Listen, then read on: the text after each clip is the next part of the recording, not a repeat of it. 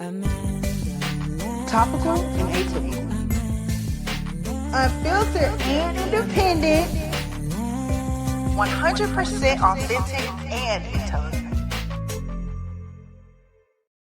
Criticize your own government or criticize a foreign government when they're enacting policies that... A Tarrant County jury convicted Alam after seeing March 2024 surveillance video reportedly showing him and two others spray painting church walls with anti-Israel graffiti, a misdemeanor crime elevated by the district attorney to a felony hate crime. This is very much about sending a message not to criticize Israel.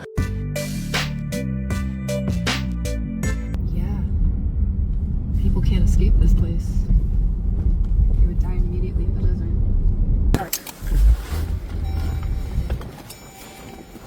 Let's do it while we can. Yeah, I know.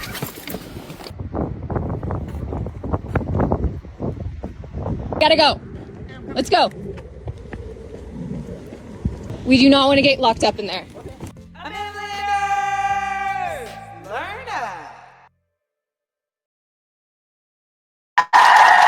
What's good, y'all? Sorry, I had a slow start. I had a technical difficulty, but we are here for views from AmandaLand. We are fresh off of the AmandaLand Summit. Thank you for waking up on the right side of history with us. So dope, y'all. The AmandaLand Summit went off without a hitch. Shout out to everybody who came through and joined us for the AmandaLand Summit. I am going to put together a whole video replay of what took place, but here's some pics to just show you a little bit of the vibe that was taking place this weekend. You know, I mean, I think it's really great that we were able to make this happen just on the basis of y'all asking. Like, y'all made a demand and you were heard. So shout out to everybody who joined us. And here's some pics from folks who attended the summit.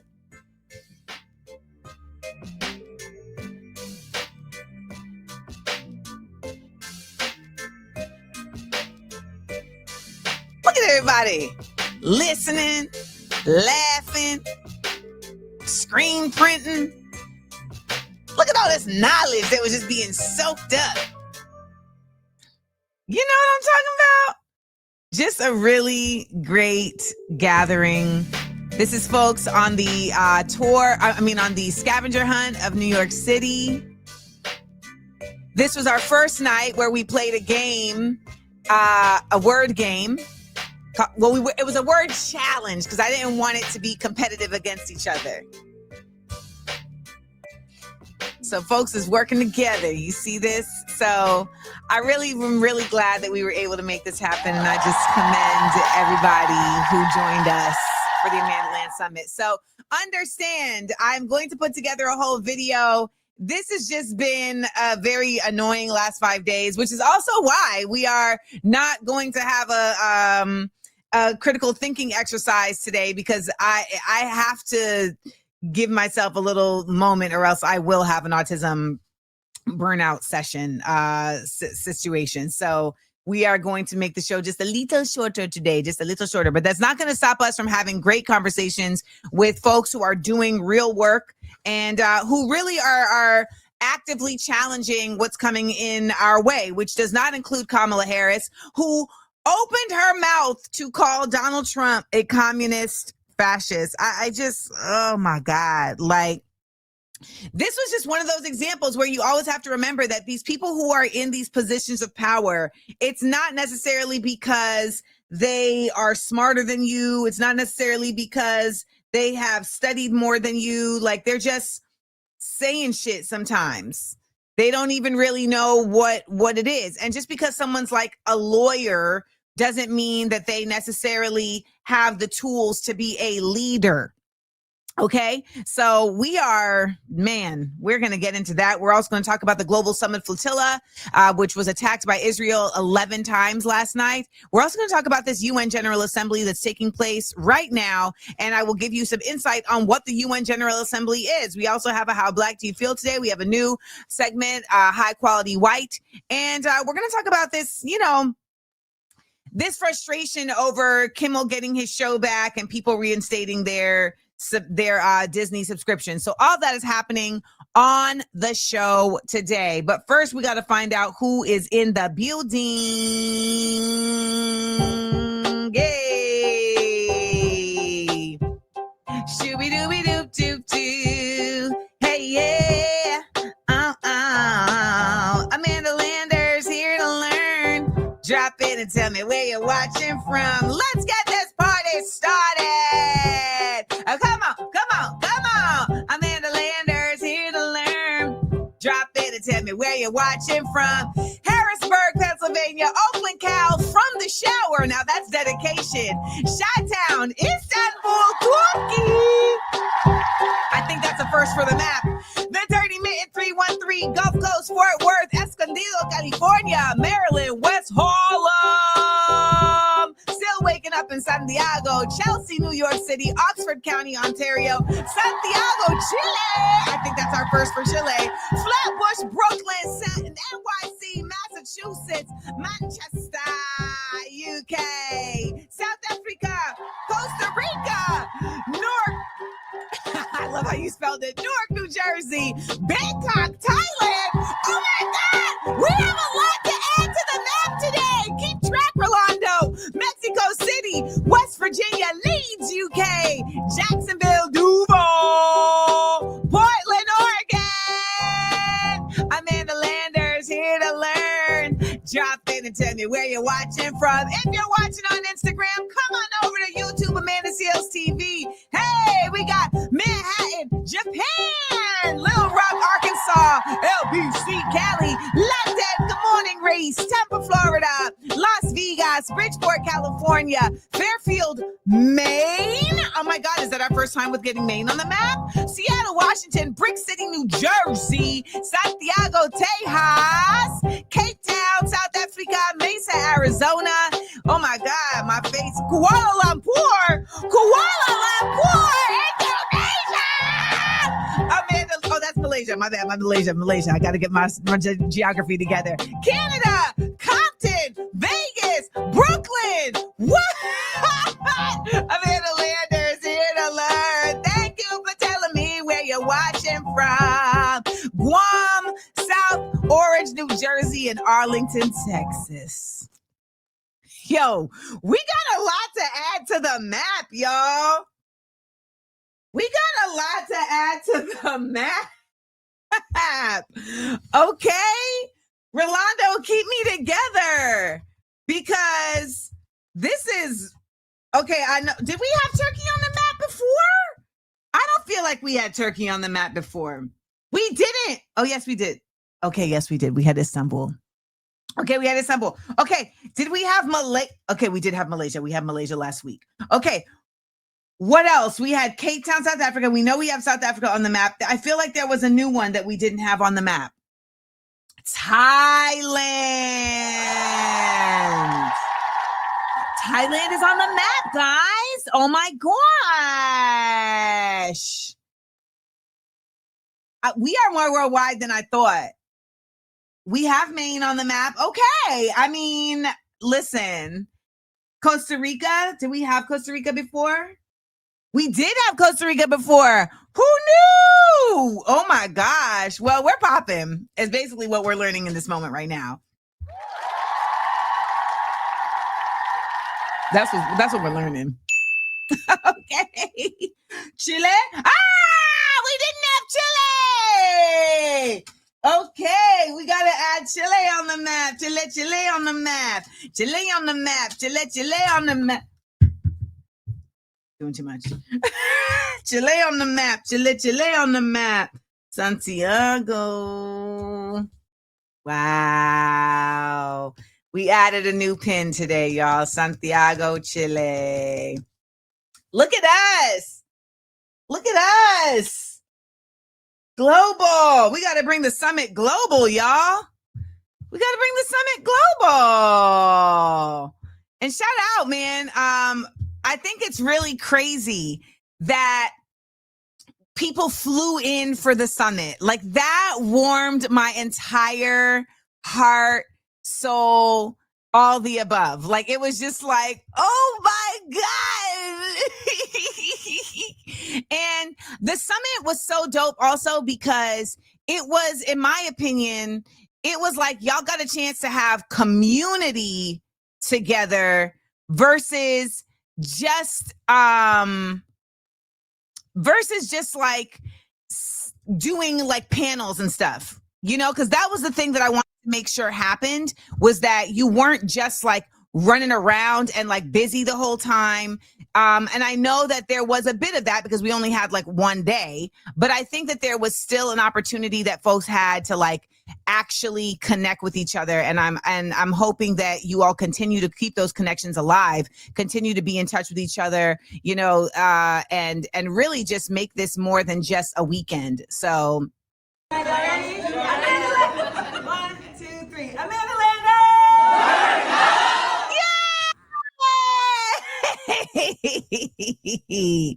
All right, let's get into our word of the day because our guests are here. So let's get into our word of the day. Our word of the day, I use this word on a regular basis. Conducive.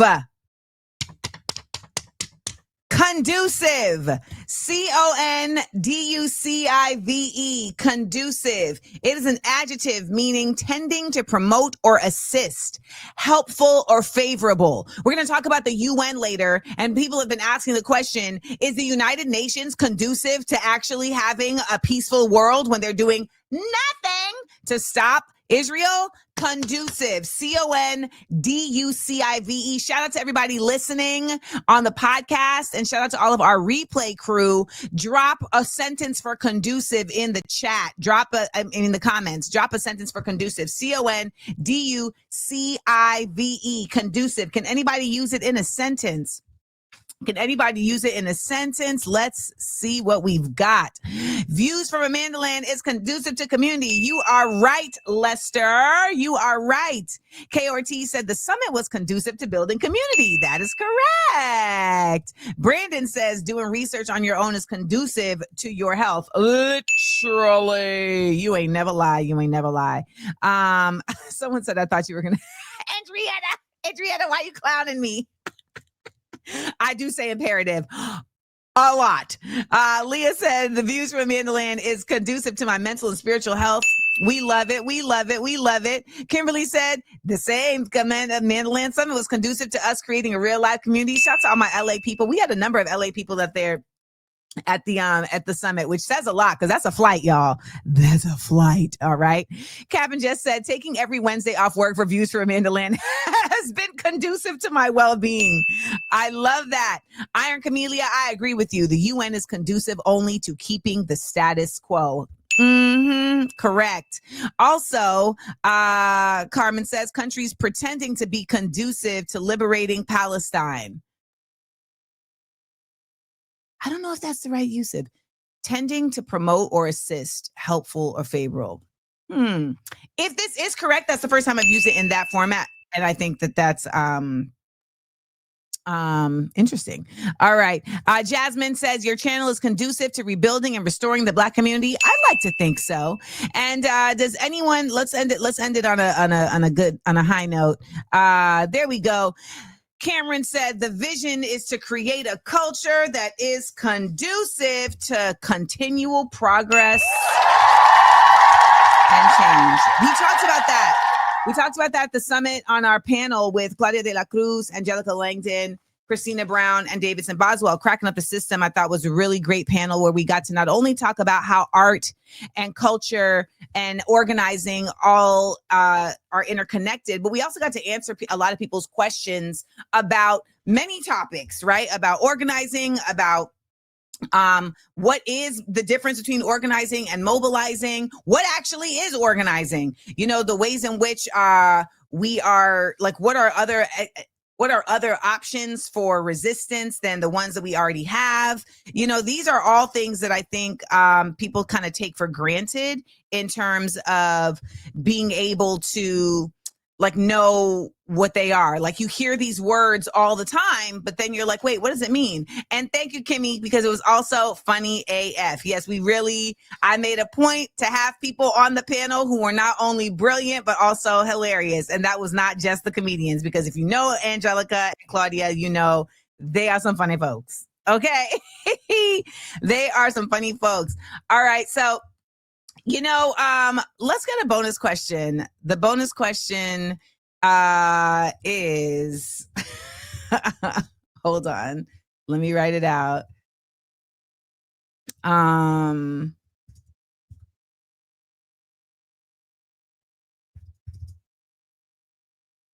Okay, so now you know we got to play the bonus question music first. Bonus question, bonus question, bonus question, bonus question.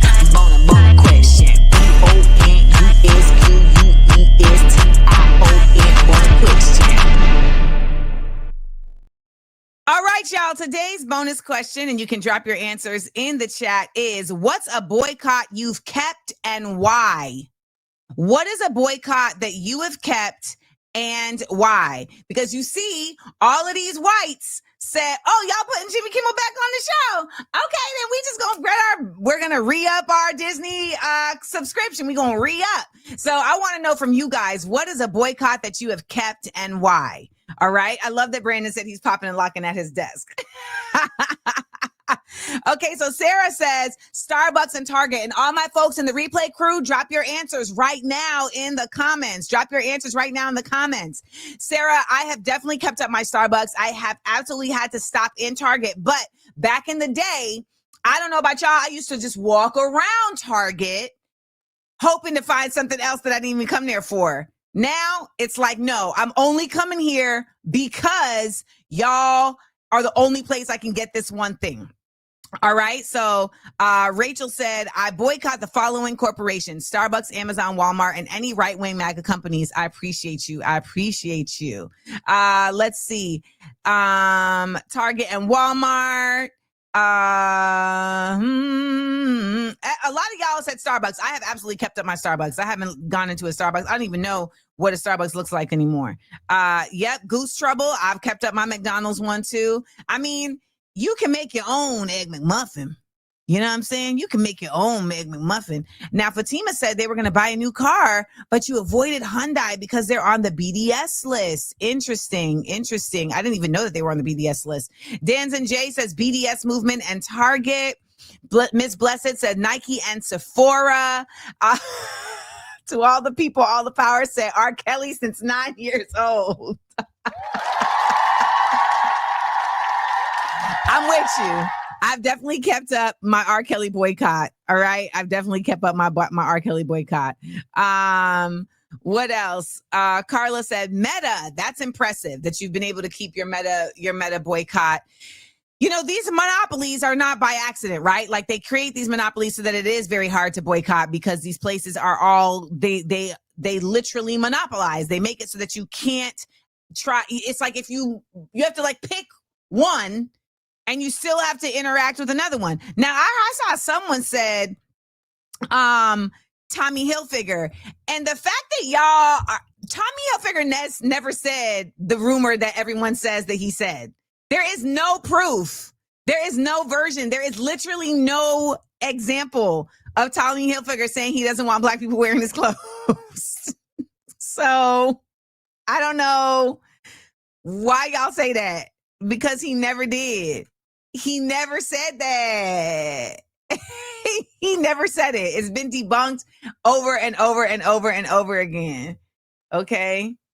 It wasn't true, y'all. It wasn't true. And yes, Puma, but Rihanna is down with Puma. And I know y'all love y'all Rihanna, but Rihanna ain't said nothing about nothing. And I know y'all are going to be like, well, she's focusing on her family. Shut up. So you can't focus on your family and I just don't know any version of kids who grow up and are like, well, I'm glad my parents didn't say anything about atrocities in order to keep themselves and me safe. I've never heard that. Kids always grow up and are like, why would you not do that? Why didn't you say nothing? I'm just saying. Like, that's so I feel like that is a thing. And she's also a billionaire. Now, she doesn't get the heat that Beyonce gets, but all of them are billionaires. And I don't know if you know this, but there should not be any billionaires. Okay, let's get into our 60-second headlines, guys. 60-second headline. And I run down some news right quick. Run it down, mama. Put us on. Hello. Unmute yourselves, Attorney Adwoa and Raunaq. Okay, wait. First of all, give me proper pronunciations. Adwoa. Adwoa and? I can't hear you. One more time. Oh, Raunaq, I think you sound. Am I muted? No, you're not muted, but you do seem very unhappy to be here. No. I'm definitely happy to be here. Can I give some context? Yes. Yes, get Okay. into it. Give me the context. So this is a very tough time for Raunaq. I mean, I don't want to speak for him. You but are speaking for him. I was going to ask him this. I know the government is coming after him and it just hasn't stopped. So as some of you guys may know, he was originally charged with just a misdemeanor graffiti charge, right? For spray painting "Fuck Israel" on the building of a church that was given money and donations to the Israeli Defense Fund, right? Well, the first thing that happened was the body cam from the respondent officer that got to get everybody's impressions disappeared into thin air. Okay, so we start from there. Then the next thing that happens is that an officer goes to his job, they harass him, they arrest him at his job with FBI. This is for graffiti, okay, with FBI. And then they turn off their body cam before they search his car. They don't have a warrant for his car. So they turn off his body cam, their body cam, they search his car, okay? And they ask a tow truck driver to take his car from the parking lot. All of this is illegal. They they claim that they found like drugs in his car during the search. So he's charged with a felony. I'm going to pause you real quick because we didn't get to intro this. You just like started talking. I know. So I didn't get to like set anything up. All right. Before you keep going, welcome to the show. This is so much. Adwoa Sante, okay, and Raunaq Alam. And I want to very quickly, for those who are listening, set up what brings you here, because I also need to point out that this is happening in Texas, right? This is happening in Texas. And Raunaq, to my understanding, you have been locked up. Like you just got out. Yes. Yeah, I just got out like a week ago.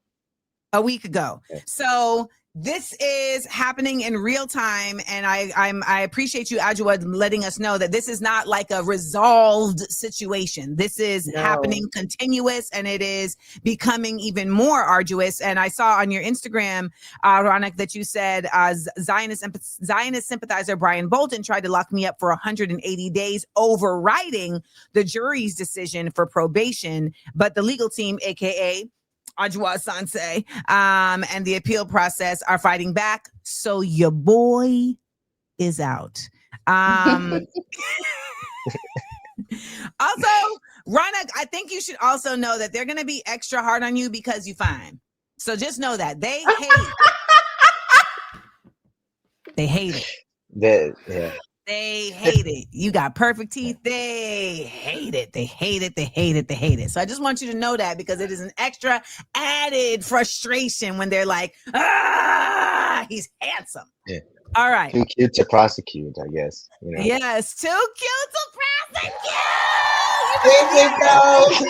There you go. Okay, Adjoa. So where are we now? So there was the body cams turned off.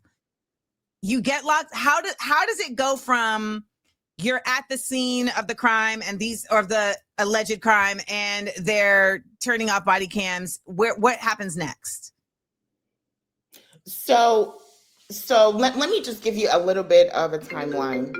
So the alleged incident happens. Sorry about that. The alleged incident happens like mid-March, right? Okay. And then 10 days later, while he's at his job, FBI and local police approach him. He immediately asserts his Miranda rights, even though they don't read it to him. He's immediately like, I would like to talk to a lawyer. And well, they let me ask pause him, you right there, Raunaq. How do you know these things? Like, how do you know to assert that? Like, where did you get that education from? The internet, I guess. I mean, you can say the know internet, my but the internet is here, and a lot of people don't know shit. So, what makes you say I need to know my rights and be prepared to say them? I mean, I'm 32 years old, and I've watched countless videos of police brutality, of police misconduct, not following the law. When it comes to pulling over Black people, and just watching other instructional videos on TikTok, like how you should respond when you get pulled over by a cop, when you're getting arrested, because a lot of times, cops don't even know the law, or they know the law, but they don't adhere to it. Yeah, exactly. So I know that I have a right to attorney when I'm being questioned, and they insisted on questioning me when they came to my job. Even though I asked for an attorney, I said, well, I don't want to answer any further questions without an attorney present. Got you. But they continued questioning me. So, Joa, I pop in with these questions because, again, I want to understand on a human level the reasons why certain things take place, right? Beyond just the particulars, because these are the things that also people who are watching someone like Raunaq and relate to him, they may not be on top of that. But now they're going to be like, you know what Raunaq said? I need to go on on these internets and learn my rights, so that when they come for me after I say the message that needs to get said, that I know what to say. So they don't read the Miranda rights, but Raunaq is on top of it. What's next? They try to sneak in one more question real quick. Just one more. Just one more. Okay. After he's asserted his right, but he just insists on his rights. So then at that point, that's when they take him into custody. And then, here's the thing. They put their hands on him before they tell him they're taking him into custody. So obviously, as any human being, if 3 people put their hands on you before they're telling you that you're going to be placed under arrest, you're not sure what's happening. Right? And so it's jarring, but he stays calm throughout that process. Once they take him to the car, they make sure to talk to his supervisor to make sure he gets fired. So they talk to his supervisor. They show her pictures. He has a presumption of innocence, mind you. He has a constitutional presumption of innocence at this point. But they talk to his supervisor. Yeah, they talk to the supervisor. They show the supervisor evidence, which is that's not normal, right? That's not normal to show. That's not even their jurisdiction. That's not even their responsibility. Yeah. Okay. And then that's when they take him to the car, and then the body cam goes off and the search happens. And my understanding is that they took the keys from him, unlocked the car. Okay, so there's multiple steps of infringement. They take the keys while he's in custody, unlock the car. looks through the car. You just had your body cam on 10 minutes ago. Why is it off now, detective? And then at that point, they're like, oh, okay, we found drugs. And in addition to this misdemeanor graffiti charge, you have a felony charge. Then they transport him to the police station, and he basically bonds out. He has to get his car from the tow yard because they told the tow truck people to take the car. That's like another aspect of it, because if you don't have a search warrant, you can't possess somebody's car, but they possess the car. They physically transport the car. And then 2 days later, they try to cover it up by getting a search warrant. You've already searched it, So when did you come on the case? So the case gets much worse, but I came on the case, I want to say around late March, maybe a week or two after the initial arrest happens, because there's going to be a bunch of arrests, a bunch of escalations, and he's going to go from facing a misdemeanor charge to 10 years in prison, right? It's just going to keep going up and up and up with the hate crime enhancements and all of that. So yeah. So I came on the case. I want to say the ending of March is when Raunaq and I talk, because I'm with the National Lawyers Guild in the Dallas-Fort Worth area, and so I do a lot of activist cases. I had previously done like Black Lives Matter representation, and so I have represented pro-Palestinian activists in Collin, in Dallas. This is in Tarrant County. So I thought it was going to be another run-of-the-mill activist, case, very low-level offense. The next thing I know, they put the death penalty prosecutor on the case. So it's still a misdemeanor. Yeah. Yes. So Raunaq, how have you? Oh, it's going to be a dumb question, so I'm not going to ask it. Raunaq, where are your people from? Are you Palestinian? No, I'm not. I'm actually no, India? Bangladesh. I was getting there. That was going to be my next one. That's going to be my next one. Damn. But yeah, both of my parents are from Bangladesh. Okay. I was born here though, born and raised in America. And how did you get involved in the pro-Palestine movement? I've been involved in the pro-Palestine movement for a long time, since way before October 7th. Like I started, learning more about Palestine back in like 2014. And started educating myself more and more, and I think in like 2018, and then fast forward to the genocide happening since October 7th. I've been very heavily involved within the community, with organizing, with protests, and doing and like with BDS and everything they can to support Palestine movement. And someone in the chat said Bangladeshi are born revolutionaries. Do you agree? Oh yeah, absolutely. Like almost all like Bangladeshi people that I know are have a form of like just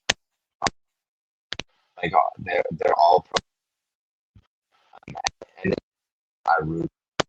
Your headphones are killing us. The headphones are actually cutting out. Can you see if you can do it without? Yeah. Let's just do it. Okay. It sounds like mice are tap dancing. Like by the way, while we're waiting for him to get his sound correct, somebody approached my security guard, brother Amir, and was like, you need to have these people on the show, Attorney Adjua Asante and Raunaq. And I'm like, Can you hear me? They're already scheduled for Wednesday. Yes, we can hear you. Can you just move the camera a little bit over so you're in the center of the box? Oh, is he frozen? There you go. Perhaps. Oh, it's processing. Yeah. So tell me, so you were talking about Bangladeshis, and I just want to get you in the center of the box so that when I edit this, we're not seeing just like, hello, can you hear us? Hello? We can hear you. Okay, I don't know what's going on. Okay, we're going to leave you to it to figure it out, because I feel like also Bangladeshis are really good with IT. Like culturally. So one of the Amanda, one of the things that came up in trial was that Raunaq is like one generation removed from surviving a genocide himself, because his parents survived the Bangladeshi genocide. And we had, like, one of the things we talked about was when he was growing up, like his dad would go to the river and there would just be like skeletons in the river. And so that sort of like context, like that mass industrial killing that happens during genocide, it's happened to Palestinians, it's happening to Congolese right now, it's happening to Sudan right now, it happened to Bangladeshi. It's just, governments just keep doing it and doing it and doing it, and the people just have each other. And this case is very interesting because the government in Texas attempts to protect the government in Israel by charging this as a hate crime against the state of Israel. And it's like, Israel has nuclear weapons, they have fighter jets. Wait, back up. That's the charge? That was the enhancement. Luckily, when we go ahead, sorry. I'm just like, no, that was in the language. They named the state of Israel in the enhancements language, the hate crime enhancements language. And it's unconstitutional because hate crime legislation was meant for oppressed people. It was meant for like the small person, but they turned it around. And again, this is why abolition, because the master's tools will never take down the master's house. Hate crime legislation is meant for Black and brown people. It's meant for marginalized people, and they're using it for the state of Israel. Andrew, how you get like this? Like what, Amanda? You with it. So I want to know also, we just got Raunaq's history. I want to know how did you get so radical? And it sucks that it's considered radical because everything you're saying is exactly the truth, the fact, and what it is. But you've gone through a course of study that oftentimes ends up working this out of people, right? Like, I mean, we know how law school does. So I'd love to hear how you got on this path to representing, like you said, so many pro-Palestinian protesters, etc. I would say that a huge part of my awakening came from being integrated with Black American histories. I'm from Ghana, but when I think the first thing I can remember, the first thing that I remember was being 15 years old, and we had like a history fair, and I was like, you know what? I don't know what to do for this history fair. I'm just going to read Malcolm X. I'm just going to read this book, whatever. I don't know what to do. It changed my entire worldview. Was it the autobiography of Malcolm X or just a book about Malcolm X? Oh, it was the autobiography by Alex Haley. When you were 15? Lit. It was random. I could have picked anything in that library, but I think it was fate. I was going to say that's not random. Yeah. Well, for me, I didn't know. I didn't know, but I grabbed that book. Yeah. I grabbed that book and it just changed like my trajectory. And then also making those connections along the Black diaspora. So being able to understand the suffering of continental Africans, and then, learning about Malcolm X, learning about Black American histories, the Black Panthers, the Black Liberation Army. I mean, So Yes. all of that, yeah. And getting here. And so it's been, I've been trying to, throughout the genocide of the Palestinian people, I think a lot of us have been trying to bring attention to like Afro-Palestinians, like understanding that we are deeply connected, and we honestly, if we don't take care of each other, we're not going to make it, because the state is circling. The state is circling. The things that have happened to Raunaq during this trial, I think if we, I wanted to start from the missing body cam, but it ends all the way with, season phones and trying to bring forth new charges, and them realizing that the search was illegal, so they actually rejected the drug case, and then the death penalty prosecutor getting on the case and then bringing it back, like using the states, using the governments, using prison, using jail, using bond, using probation, using surveillance to try to get you to be quiet on a spray paint case. Spray paint. And I think something that hurts a lot is that something that's really missing from the media is that like the place that was spray painted is presented as like this house of worship, worship. Yes, please speak this. But under international law, if you fund a genocidal military, you're complicit. During the trial, we couldn't get into it. We were shut down because what is the law? It's not what is the truth, right? And so there was a lot of shutdown about the subject. But during the Nuremberg trials, it wasn't just the people that were, it wasn't just like the Nazis that were complicit. It was those who funded the Nazis, those who helped the Nazis. And what does it mean to be a place of worship, to get all these tax benefits, and then to raise money for a military that is one of the most funded in the world that's currently committing a genocide? And so it's like spray paints gets all of this harsh treatment. It gets treated as a felony. It gets this hate crime enhancement tacked on. Raunaq was looking at 10 years in prison, right? And then the state is still coming after him. They're trying to find his bond insufficient. They're trying to add new charges. They're still coming, just for spray paint. Well, we know Meanwhile, it's not right. We know, but that's the thing, right? It's like what we're seeing right now, and this is what fascism does, is that everything is just a tool for suppression. And the simpler the thing that they can make the tool, the more powerful. If we can make spray painting a valid message on a site that is actualizing a genocide, then now anything even slightly greater than that becomes so much easier to suppress, right? And so much easier of a tool. Raunaq, I do want to say though, I know you are going through it, but if I see you vape again on my show, we gonna have a problem.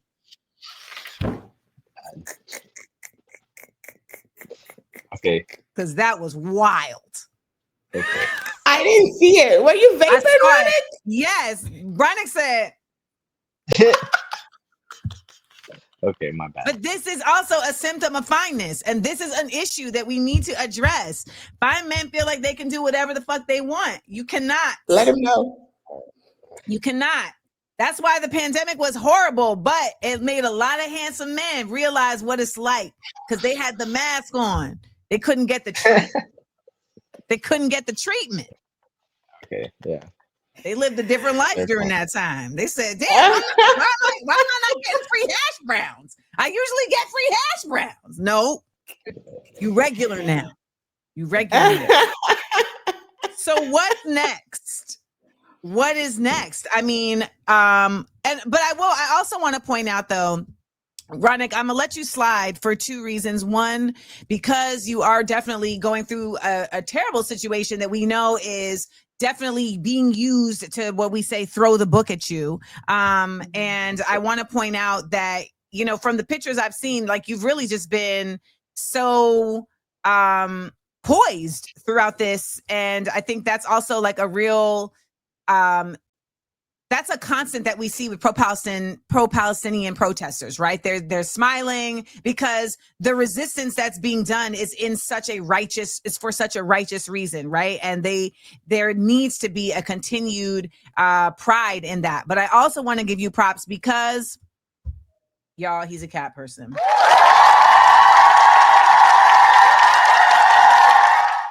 Okay, what's the cat's name? His name's Aura. And he's Aura? always playing like that. Yeah, he's actually right here. Is there a cat coming in? Is there a cat coming in the shot? Because we're really big on that. He's Really right big. here. Hello, Aura! Oh my gosh, we're really big on cats here. Adjoa, any animals at your feet? That, you know, Amanda, he loves his cats so much that I put them in his motions for release. I'm like, please, they need their dad. His cats need. Raunaq loves his cats. Like, we would go on court dates and he's like, hey, we really need to, like, my cat needs to go to the vet. I'm like, you're facing 10 years. Like, first things first. Yeah, but he also loves his cats so much. And I've learned to, you know, I am afraid of everything. I'm afraid of cats. I'm afraid of dogs. I'm afraid of everything. But honestly, you're not afraid of the man, and that's why we fuck no, with you. we can't be afraid of the man because we have each other. We have each other. And so, but through this process, I have actually learned, I'm not even going to lie, and I've never told you this, Raunaq, I have learned a deep appreciation for cats just because of how much he loves his cats, like intense. Yeah. But stop calling them your babies, please. They are his babies. They are my babies. See? They're my babies. They are his babies. Don't you know? He's Pets like, are the I new birthed them. kids. He's like, I And birthed these cats. pets are the new kids. Plants are the new pets. Like, that's where we are. Get into it. Get into it, Esquire. Get into it. So let's wrap this up. Tell me, what do we need to do? How can we be useful? How can we be helpful for what you guys are going through? What do we need to do? So the legal fight is far from over. So one of the things is that Raunaq is trying to raise money for the appeals process. Through National Lawyers Guild, we're doing pro bono, right? So we do pro bono through the National Lawyers Guild, but the appellate attorney and any subsequent attorneys, they're gonna need sort of like compensation. And also, this is so important. There has to be, everyone needs to sort of like be ready to disobey. I know it's so difficult because our entire socialization is to obey. You go to school, you obey the bell, you sit, you sit a specific way, you talk a specific way. Exactly. You even have to ask permission to be human, to use the bathrooms. All of that is engineering us to just fall in line with fascism. But we have to hold each other. We have to connect all of these issues: genocide, like anti-Blackness, ICE, reproductive justice. Like, all of these issues are connected, and we have to be ready to disobey and to resist. Also, please, your phones are being surveilled. Your phones are being surveilled all the time. Your phones, your location, everything is being surveilled. And so it's hard to do in-person stuff. Like, technology allows us to come together because we're in Texas, like we can all come together. Just be careful about your phones and your laptops. The state is circling, especially with this executive order declaring anti-fascism as a terrorist group. They're getting ready to come after us. And the liberals, please get off the fence. Please tell them. Please tell them. That was the sound that we heard. It wasn't mice tap dancing. It was liberals tap dancing. Yeah, oh my goodness. Girl, Kamala Harris was on national television calling Trump a fascist communist. I saw that and I was like, your dad is a socialist scholar, so he's not communist.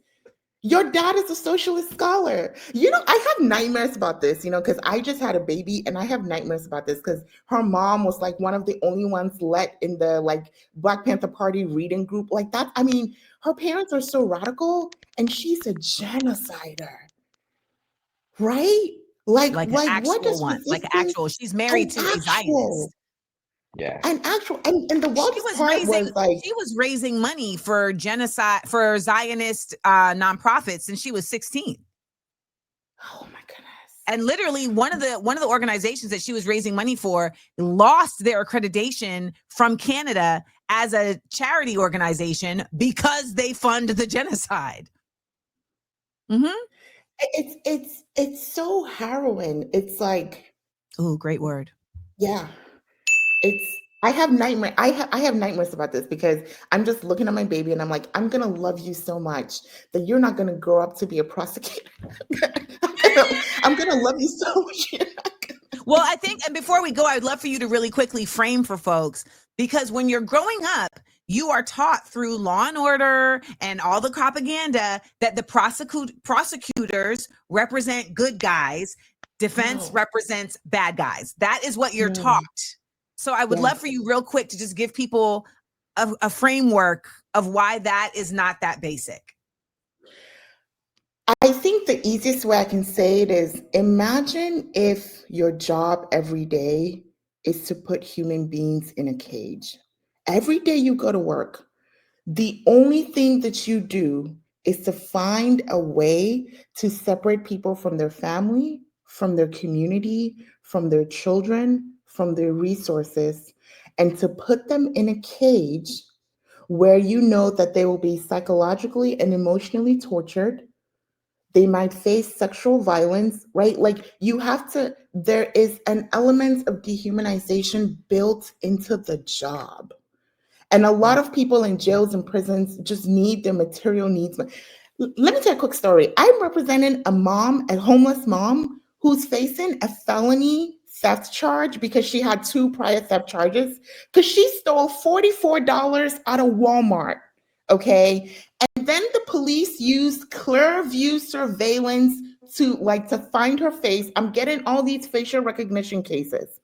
The police, I will tell you right now, Mesquite Police in Texas, Grand Prairie Police in Texas, Dallas Police Department in Texas, they are using facial recognition in stores, comparing it to your license and your state ID, and they are putting out warrants for people and charging them with offenses. Defense has no idea how this facial recognition technology works, what the algorithm is, right? But back to what it means to be a prosecutor, because during the trial, the prosecutor called Raunaq a terrorist, and it was during 9/11. The trial actually happened over 9/11. And I was saying to him, because he was so heartbroken, I was saying to him, I was like, to be a death penalty prosecutor is to be someone who convinces regular people to kill, right? Regular people, teachers, doctors, grocers, he looks at you, he appeals to the darkest side within you, and he tells you, say yes to this person's murder, right? And it's so normal. It's so normal. The death penalty is legal in multiple states in this country, and everyday citizens get to impose death, and even before you get to impose death, there's death by incarceration. There's children are put into jails. What kind of society puts 13, 14, 15-year-olds into cages? And then lawyers have to fight and say, hey, like Louisiana, they were saying that the jails were so hot, the children were literally slowly dying. And the judge was like, you need to release these children. The travesty, if I start talking about the prison industrial complex, it's just going to go on. We'll bring you back for it. We'll bring you back to talk about the prison industrial complex. The travesty of caging humans is inherently rooted in enslavement and anti-Blackness. But there is no place to talk about abolition. Yeah, because I can go on. There's no place in the world where the people being caged are not dispossessed. Nowhere. Nowhere, everywhere you go, from Sweden to Ghana to Saudi Arabia, the bottom of the people in the society, the dispossessed of the people, are the ones in cages. And then the corrupt, the politicians, the ones that steal your clean air, your future, your climate, your money, they're the ones that are not criminals. They're the ones that are running the country. That's my last statement. I won't say anymore. If you're going to end on a note, that's the note to end on. Raunaq, is there anything you'd like to add before you go? Any other thing that you'd like us to do? Just continue speaking up for Palestine, boycotting, Free Palestine.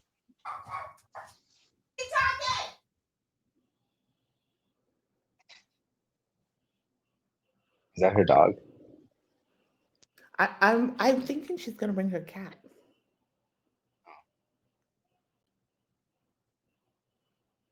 Sorry, I had to let Best Buy in. Okay, are we boycotting Best Buy? No, I think so. Damn. Well, I missed the mark today, y'all. I missed the mark. I want to thank you all so much for joining us, and we're gonna keep you lifted and continue to do what we can. Can you let us know where we can donate, or is that link in your bio, Raunaq? I believe so. I think it's linked in the NLG DFW bio. I will be sure to shoot you a direct link. Okay, so let me just bring that on the screen real quick. And NLG DFW stands for what? It stands for the National Lawyers Guild, the Dallas-Fort Worth chapter. Okay, so y'all, if you have some change to spare, help out Raunaq for his appeal fee. Someone was asking what would he be appealing. Obviously, you'd be appealing a death penalty charge, or also the fact that this has been upgraded. Oh no, not a death penalty charge.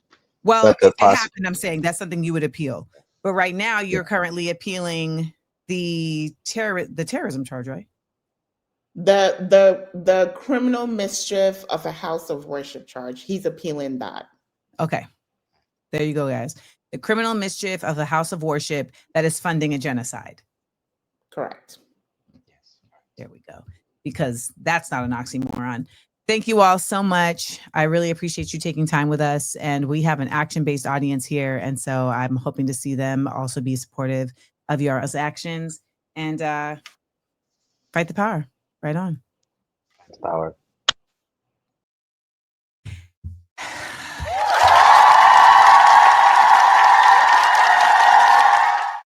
I love that I get to do this show and be able to platform folks who are doing this type of work and doing it so earnestly and honestly.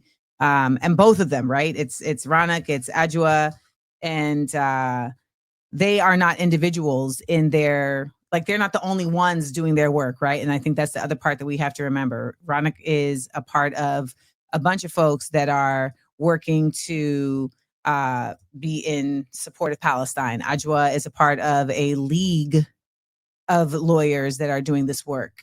And so I really want to shout out them for joining us as we continue with our 60-second headlines. We got to talk about Italy because, y'all, Italy is not playing around, okay?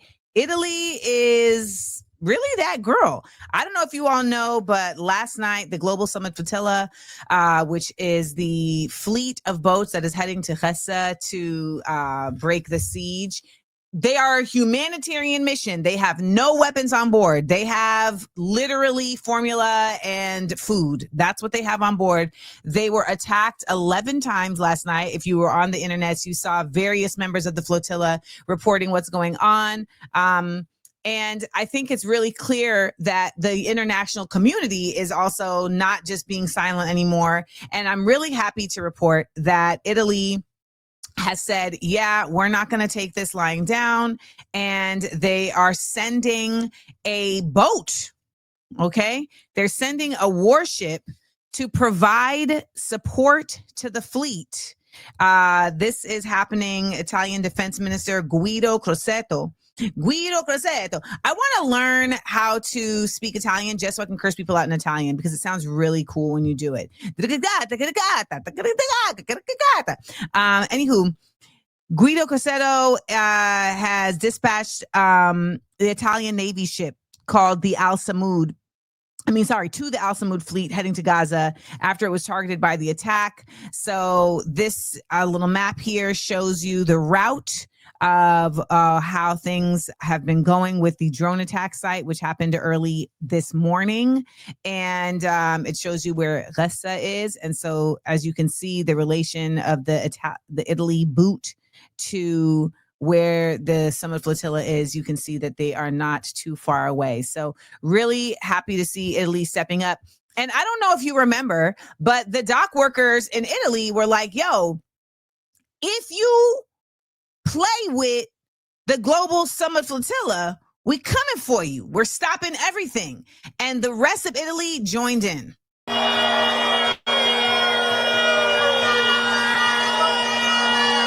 at that. Look at that. Now, I want to remind you that in the United States, when protesters block a street, people only think about themselves. They're like, oh, I'm going to miss my flight, or, oh, I'm going to be late to work, et cetera, et cetera, et cetera. But guess what? When the entire community understands what's going on, the boss that you have is going to be like, yeah, and of course I know why you was late for work. I was late for work too. Yeah. So this is what we're looking at in Italy. And so many people will say, oh, well, it's harder to do in the United States because we're not a homogenous society. Baby, this is a European country. They're not a homogenous society. They were colonizers.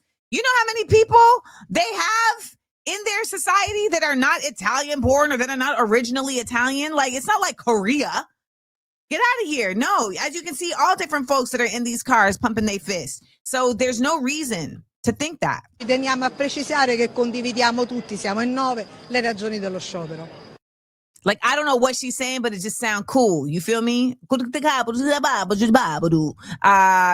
shout out to Italy. They are that girl, and they're showing us a really strong example of what it is to actually apply protest on a cultural level, not just on an individual level, which we're going to talk to about this Jimmy Kimmel thing a little later. All right.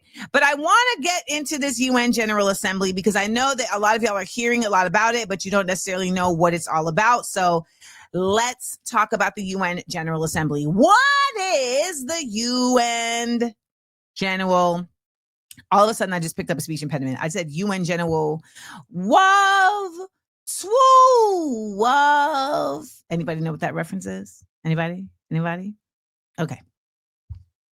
So the UN General Assembly is one of these. This is Wikipedia. All right. It's one of the 6 principal organs of the United Nations, serving as its main. Oh, by the way, we're in the 11 o'clock hour. So shout out to everybody who is joining us. We're in the 11 o'clock hour. Thank you for waking up on the right side of history.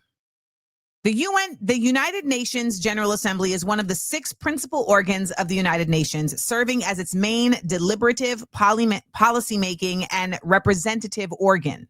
Currently in its 80th session, its powers, composition, functions, and procedures are set out in Chapter 4 of the United Nations chapter. Now, they have an annual session. I can't talk. They have an annual session every September. It meets on the 3rd Tuesday of every September. Now, what happens during the session is they have like debate and decisions. So the assembly organizes around like debates about different topics, different needs, negotiations, etc., resolutions. They also will vote, okay, on different matters. Now, they have like a simple majority that works sometimes, but then, of course, as we know, they have peace-related decisions that require a 2/3 majority. And then, of course, there is in the UN Security Council. Then they have the moral authority.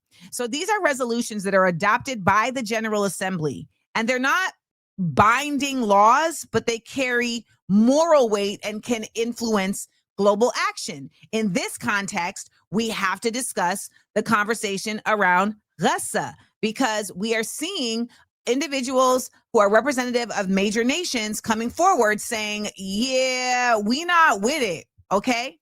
Now, I want to remind you that just a few weeks ago, just a week ago, there was a Security Council vote on a ceasefire in Gaza. And this is how the U.S. voted. Those in favor of the draft resolution contained in document S/2025/583, please raise their hand.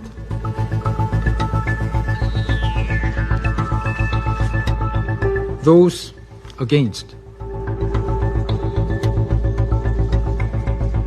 The draft resolution has not been adopted owing to the negative vote of a permanent member of the council.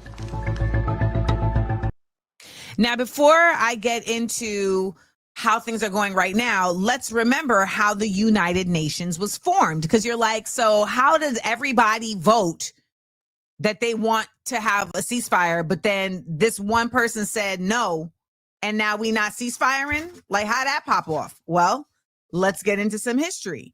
So the United Nations was formed towards the end of World War II.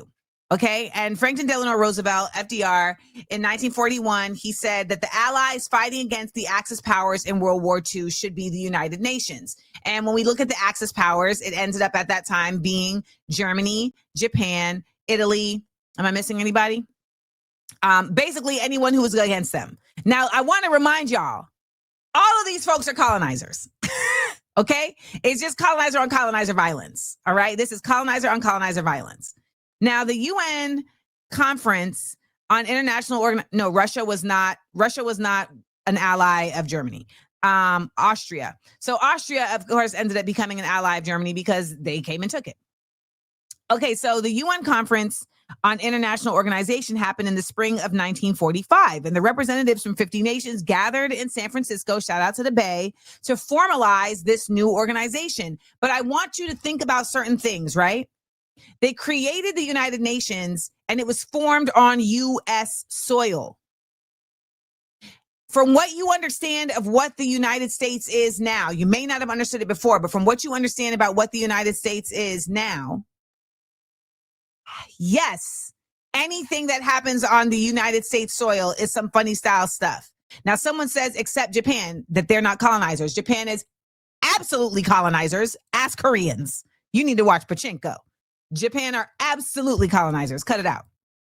So from what you understand about the United States at present, you would understand now contextually, if they're going to start a nation of United Nations, there's obviously going to be something sideways about it, because this nation don't do nothing straight ahead. It's always sideways. There's always an ulterior motive. They are a Shakespearean villain at best. Okay. And when we understand that, it changes our context, because it lets us understand, okay, if I say understand one more time, y'all, I want you to slack me. It lets us be aware of. Yeah. It lets us be aware of the fact that the Security Council has members of it that are permanent members who rank higher than other members. How are we a United Nations that also has a hierarchy where some countries are more important than others? Like, that's not valid. That doesn't mean that we are a United Nations. That actually means that we are a bunch of nations put together being ruled by these other nations. Because even when we are in a greater majority, we cannot undermine their decision. So it's not a United Nations by any means. It's a caste system based on capitalism. Okay, which we will talk about later when we discuss how Kamala Harris continues to be a huge disappointment. Well, she should be a disappointment. She ain't disappointing me because she's doing exactly what I thought she would do. So now let's talk about where we are with the current General Assembly. So you got folks that are standing up saying things. Are they going to do the things? We don't know. One of those folks is Indonesia. Indonesia got up on the dais and said, hey, don't play with us. Indonesia today is one of the largest contributors to United Peacekeeping Forces. We believe in the United Nations. We will continue to serve where peace needs guardians, not with just words, but with boots on the ground. If and when the United Nations Security Council and this great assembly decide Indonesia is prepared to deploy 20,000 or even more of our sons and daughters to help secure peace in Gaza or elsewhere. Now this is Colombia. Mi último discurso como presidente aquí, ya es el cuarto. Hoy Naciones Unidas ve su crisis y la necesidad de su transformación. Aquí se reúnen estados-nación que ya no tienen. Now this is Maduro, right? Damn, I should know that. This is Gustavo Petro of Colombia, who points out from jump, we gather here as nation states that no longer have power. Poder que por mucho que voten, no matter how they vote, they're ignored. No se les hace caso, se hace cómplice del genocidio. The UN has become complicit in genocide. Este recinto es testigo mudo y cómplice de un genocidio en el. So he calls out to all of them saying, yo, y'all are accomplices to a genocide. All of y'all, everybody sitting in here. Mundo de hoy, Trump no habla de democracia, no habla de crisis climática, no habla. Then he says Trump does not speak about the climate crisis. Trump does not speak about the genocide. Trump does not speak about life. He is completely right. So let's see what does Trump speak about? Let's just take a gander, okay? Now I want you to know each of them had 20 minutes. This man, okay, I'm not even gonna do y'all like that. Donald got up there for an hour, and after no, they only had 5 minutes, I think. He got up there for 20 minutes and then said this. Now, Sid, I can tell you, I'm really good at this stuff. Your countries are going to hell. In America, we've taken bold action to swiftly shut down uncontrolled migration. This man stood in front of all these people and said, your country is going to hell. What? What? Now, someone asked, why would Indonesia put 20,000 boots in Gaza? Because they understand that we're on a planet all together. And they understand that if there are going to be genocides happening willy-nilly like this, then there's going to continue to be genocides happening willy-nilly, which, by the way, have been happening. Indonesia is not that far from Cambodia, from Vietnam, from Bangladesh. At some point, there has to be a global concept of protection and of challenging methods of harm. That type of statement is the one that has us where we are. Why would they go over there and help them? By the way, Indonesia has been a supporter of Gaza and of Palestine. They have been a very important aspect of their healthcare system. They had a whole hospital. So they understand the unity that has already been born after decades of work with them. Global violence is global violence. You think that all of those bombs, all the white phosphorus that they're dropping in Lebanon, that they're dropping in Gaza, that they're dropping in Yemen, that they're dropping in Syria, you think that doesn't travel? You think that that doesn't permeate the soil? You think that doesn't get in the ocean? Indonesia is a country of islands. They rely on the sea. You think that that doesn't affect any of that? It does. Now, apparently, Indonesia doing some messed up things in West Papua because everybody want to be an asshole. Everybody want to be. All right. And yes, Isabel, they've been dropping Funkmaster Flexes on Somalia since day one. And they ain't even talking about that. They're not even talking about that. So we have to acknowledge these things. These are very real things that are happening. The UN General Assembly is happening right now. And, it's a big deal. Because there hasn't really been a globally impactful, don't get me wrong, it's always globally impactful, but there hasn't been a globally aware scenario like what's happening in Gaza in the past, in a while, right? There has been for the past few years, but it's only heating up. And the people in Gaza are being displaced to Al-Mawasi. They are reporting continual efforts of just trying to stay alive on this march, which is ultimately a death march. And it should not be happening, period. Okay? And someone said, you need to speak at the UN Assembly. Listen, Dr. Mark Lamont Hill spoke at the UN, and he said the words from the river to the sea. And when I tell you, they blacklisted that man. Ain't that some BS? They blacklisted that man. So I'm proud of Mark for making his way through that, because they really tried to take him out the game. They really did. So that's what's going on at the UN Assembly, General Assembly at present. In regard to the, we have our next guest coming up, Catie Laffoon, who is our Level Us Up guest. So we are going to get into what she took it upon herself to go and find out about. And I think it's really important that we continue to center what's going on with ICE, because all of these things happening are so massive, right? They're so massive that it feels like it takes up all of your energy, but it's not. It can't be. You have to expand. And so I want us to expand and understand that they are expanding.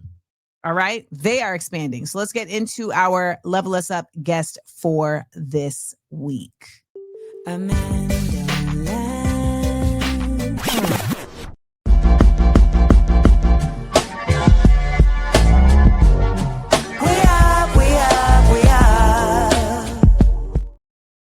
This is it.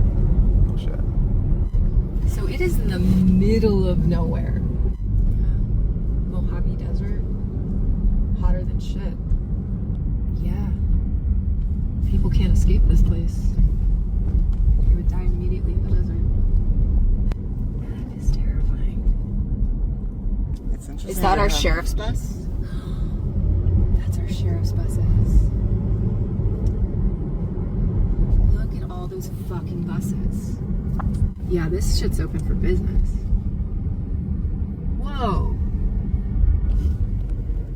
Holy shit. Visitor parking. Yeah. Chartered buses.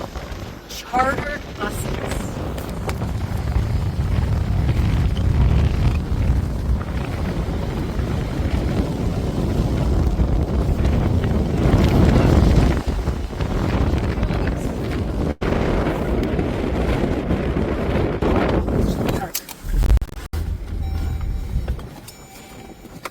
Do it while we can. Yeah, I know.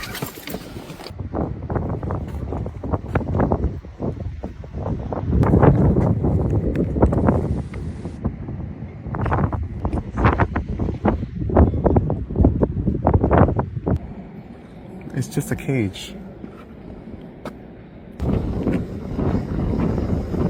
There's just tons of these vans.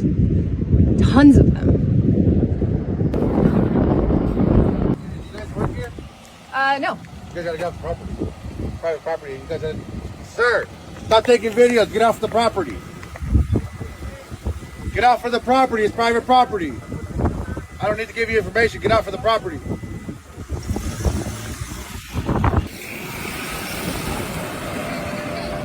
We gotta go. Let's go. We do not want to get locked up in there.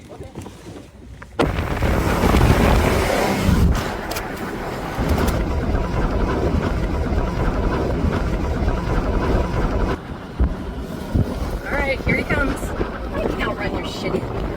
Well, we got footage of those vans. That's great. Oh, he's coming after us.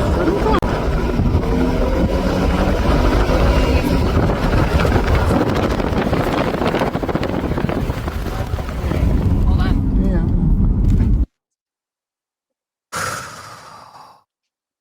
Catie. Welcome to the show. Thank you for having me. That video is what introduced me to you.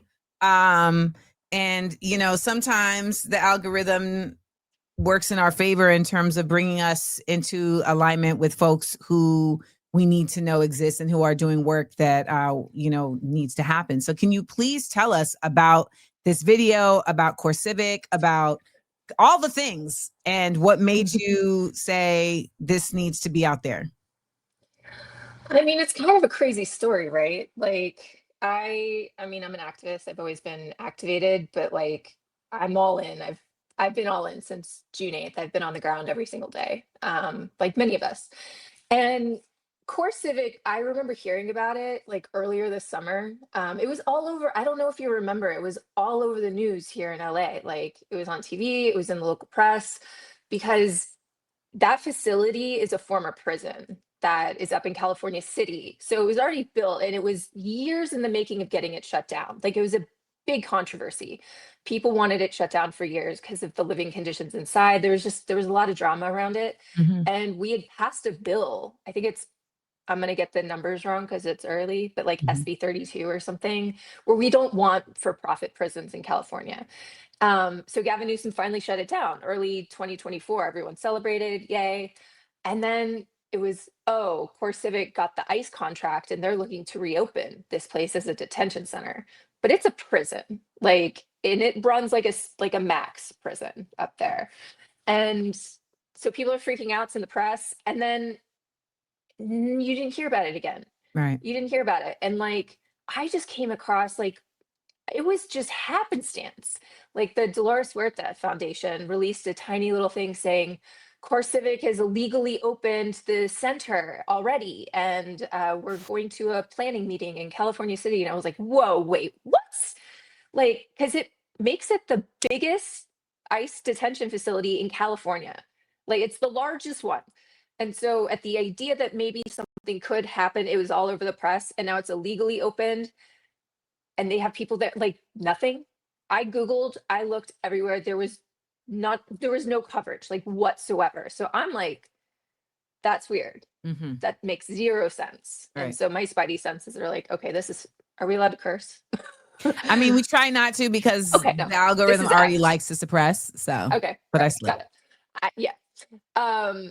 So I'm like, all right, I want to go to this planning meeting. And when I go up there, I'm like, I want to go up there a bit early. And again, there's no press. So I bring my friend Eddie, who's just a great filmmaker. He's really awesome. And I was like, I want to go up a little early and just kind of check out this town. And man, it's like Aaron Brockovich up there. It's like we walked right into Hinckley or something. The first thing I see when we drive up is that there's an airport. Like, as you're pulling into Mojave, there's an airport that I did not know existed. And so I clock that and I'm like, ooh, okay. And so I go check out the airport. We'll circle back to that. And I immediately, like, my hypervigilance, I'm like, something's off in this town. Yeah. So then we go to the detention center. And I just wanted to see it. Like, I had heard there'd been protests in the past, and I wasn't sure if there'd be people outside. I had no idea what we were walking into. And so we drive up, and it's open. Like, the gate, it just was open, and there was a sign that said visitor parking. And Right. I mean, I'm a smart person. The gate probably should have been closed, but it was open, and there's a sign that says visitor parking. So I'm like, all right, visitor parking, let's go. And it was wild because I spend a lot of time getting footage outside of the detention center here in LA. And we see these kinds of vans go in and out all the time. I don't know if you know what's going on at the MDC here in LA. Do you? I've been seeing folks protesting and getting attacked. Yeah. Well, so they're being attacked because, I mean, there's been an evolution and there's a lot of misinformation out there, but people started protesting down there because they're gathering evidence. So people go and they film and they take photos of the vans, license plates, faces. They try and document as many hostages as they can. Yeah. And it's basically a war of DHS being like, you cannot film this. And so it's either DHS or LAPD. They sick them on the protesters and arrest them, beat them and arrest them. So the Because they're gathering LAPD that's not crazy. supposed to be doing anything because it's a sanctuary city, that LAPD? Oh, girl. The footage I have of LAPD, we can circle back to that. It's going to be really hard not to cuss. Yeah, they're 1000% working with ICE. I don't care what anyone says. Like, we can circle back to that. Okay. But yeah, so they gather evidence. Like, you can see, I mean, the protesters on the ground there, they have gotten footage of women and children in chains being transported in the middle of the night. Like the number of buses that go in there, and I do mean buses, vans and buses, in the middle of the night, like 3 o'clock in the morning. They kidnap people from their beds in the middle of the night. You have these like grandmothers who are in their bathrobes and slippers. That is what is happening there.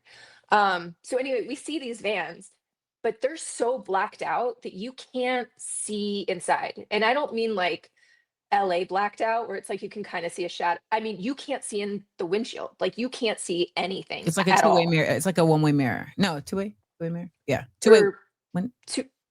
One way? I don't know. Yes. You know what I mean though. Yeah. Yeah. Law and order. Yes. Order. Yes. And so I see and they're not blacked out. And I was like, oh my God, we can actually see. And it's cages. It's cages in the back. So I assumed it was, or all of us, and maybe there's some, but I thought it would be like on TV. It's in the back of the vans. You have like the benches on both sides. Yeah, that's what I thought. Cages. There are 4 cages in the back, like you would lock up an animal. Yeah. Yeah. It's horrifying. Like I saw that and I was just like, oh no, oh, this is dark shit. Yeah. And I mean, I knew the footage we were getting was something. The security guy, he definitely was sleeping in his car. And yeah, like it's actually kind of bugged out that it's like all of these things took place so that you could come and document this, right? Like the gate was open, the security guy is sleeping, the windows aren't tinted yet. So I mean, that's like where you be ready for the moment. Yeah. Right? Yeah. Yeah. And so he comes up and, you know, like, I get it. Okay. You're saying it's private property. I don't really understand why we're in trouble for filming in a parking lot. We're just in a parking lot. We're not even like we're not even filming the facility. It's just a parking lot. And his reaction to that, I immediately was like, oh, this is really bad. Like he was aggressively mad. And when I saw him not stop at Eddie and go to the front, I was like, oh, we gotta get the hell out of here. Like we're in trouble. And I thought maybe they would just stop at the entrance, but I mean, we were in a high-speed chase over 100 miles an hour. I think that road's like 4 miles long, and they all the way to the end. I mean, obviously it's intimidation, but like, what would they have done if they caught us? You know what I mean? Like, right. I mean, no one knows you're out there. You're like, we do not want to get locked up here. Yeah, that's what I was trying to explain to people. I'm like, these are the type of people that overthrow regimes. These are the type of people that will disappear you and no one will ever be able to find you or know that you were there in the first place. Like, that's who we're dealing with. And yeah, that's who we're dealing with. And CoreCivic, I mean, they're one of the largest for-profit prison companies in America. They have most of the government contracts. They're notorious. Like their prisons it's like fight for your life inside, because they don't offer resources to the inmates, prisoners, detainees, like, because it is everything from like a prison to detention center, whatever they want to call it. I just think all of it's prison, in my opinion. But yeah, people don't have access to medical. The food is terrible. It's a horror show inside these places. So, but this place is fully open for business. They don't have permits. They don't have a business license. Which is similar to what the case was with Alligator Alcatraz. Yeah, that's the thing, is like, look, it melts my brain because I'm like, we're in this world and everyone loves a freaking clickbait story, whatever. Like, this is juicy. It's California, and this is bigger than Alligator Alcatraz. You have a detention center in the middle of the Mojave Desert. Like, you think the Everglades are hard to get to? This is insane. Like, it's the middle of the Mojave. You have Edwards Air Force Base on one side of it. You have this airport on another. And like, even if you could get out of there, you would die immediately in the desert. Like, there is no escape from this place. And I mean, I think their bed count is something like 2,600 beds, but you gotta believe, yes, it is the largest detention center in California, but you know that they're not going to stop at 2,600. You know that they're going to overpack that over 3,000 minimum. Like my bet is they'll find a way to make it 35. Yeah, it's scary. And also just, I mean, yeah, to freak people out. As you drive up, what you will notice is that there is the train tracks that lead right into Mojave. So the train leaves downtown LA, goes straight up to Mojave, and it actually connects straight to Edwards Air Force Base. Like, I've looked at all the maps. So they originally had the train because they would move in World War II supplies to build like bomber planes or whatever they were building out there, having everything delivered right to the Air Force Base. So you can load up a train of people in downtown LA. Oh my God. Go straight there.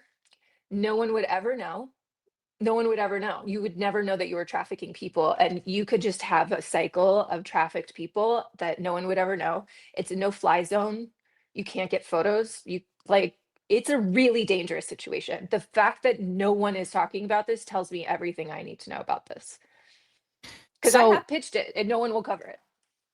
And what is their reason? Do they give one? I don't get a reason. It's just our editor's desk passed.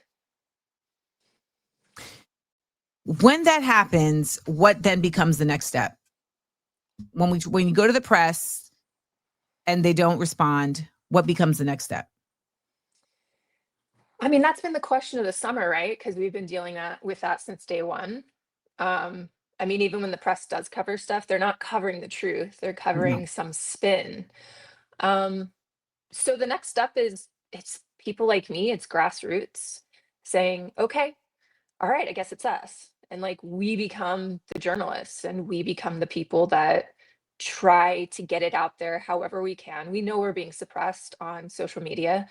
But that's where it's been really cool to see community. A lot of people have just come together, even social media wise. Like, you collaborated on that. Like, it's trying to find people who just want to help, and they will collaborate on posts. So it gets out of your echo chamber, it gets out of your suppression, it gets out of your city. It's doing that. It's just reaching out to other people and meeting with other groups to be like, hey, this is going on. And it's just communication. But I think what you're describing is, really, I mean, the term underground scares people, but but that's what it's not underground yet. But it's getting, I mean, but it's really grassroots journalism, and grassroots communications, because I think a lot of people don't realize just how much they're being lied to by mainstream media, not only in the information they share, but in the information they don't share, the lying by omission. And so I keep trying to inform people, listen, this social media stuff isn't even going to be available to us much longer. Like, we see TikTok is a wrap. So we're going to end up having to go back to really what may seem archaic, but really kind of foolproof versions of sharing, which ends up being zines. Like, we're going to end up having to make like print presses in our houses and figuring out ways to pass information to each other that is not simply just about knowing, but about like how to challenge resistance. And we're going to end up with a generation that only knows resistance. Like, that's what I don't think a lot of people understand. Now, you are not of that generation, so I want to hear how you found your way into this work. I always ask every high quality white that comes on the show. Hell yeah. High quality white. I always ask, how did you get here? I mean, everyone has their own journey. I might be an enigma wrapped in a paradox or whatever. I kind of came out of the womb on a soapbox. Nice. I literally, as early as I can remember, the world around me didn't make sense, but I didn't know that it didn't make sense. It just felt wrong. Everything just felt off. Like, I mean, I remember being super young, and like when I was really young, we were in a different financial situation, and I went to a really nice private school, and there was one Black girl there in South Florida. And I just remember she was kind of always by herself. And this was my first experience with, because again, like wealthy white people, right? Mm-hmm. And it was just always her. And I remember thinking like she was so beautiful, like because she just I don't know. I just this is mayonnaise to me. I don't know. It's yeah, like and so I remember always going on my way to like I wanted to talk to her and learn about her. I found her fascinating. And I didn't understand why there was this sense of othering. Like now I know that, but as a Mhm. kid, I just something just didn't feel right. And it kind of was always like that. I will say I grew up around a shit ton of trauma. Sorry, I did curse, but like It's fine. we all have our trauma stories, right? And Mhm. I grew up in the kind of privileged white people world that I'm just looking around and I'm like, oh, Jesus Christ, this shit. Like it's just gaslighting. Mhm. Um, it's people that want to silence you. It's people that say your pain is not important. Your Mhm. reaction to the pain is what's offensive.